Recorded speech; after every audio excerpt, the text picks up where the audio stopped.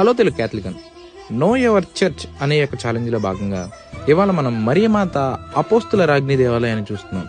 ఈ దేవాలయం నూజివీడు పట్టణంలో నెలకొని ఉన్నది.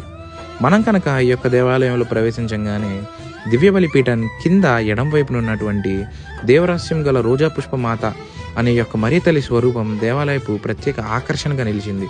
అదేవిధంగా దేవాలయం చుట్టూ ఉన్న 14 స్థలాలు యేసుక్రీస్తు యొక్క శ్రమలు, మరణం మరియు పునరుత్థానాన్ని విశిష్టతను తెలియజేస్తూ ఉంటాయి.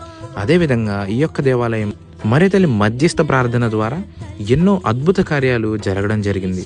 అదేవిధంగా ఇప్పుడున్నటువంటి రెవరెండ్ ఫాదర్ లాము జయరాజు గారు ప్రతి నెల 4వ తారీఖున ఉదయం 10 గంటల నుంచి సాయంత్రం 4 గంటల వరకు దివ్యబలి పూజ, స్తుతి ఆరాధన, వాక్య పరిచర్య, కృతజ్ఞత స్తుతి ఆరాధన మరియు దివ్యబలి పూజలను ప్రతి నెల 4వ తారీఖున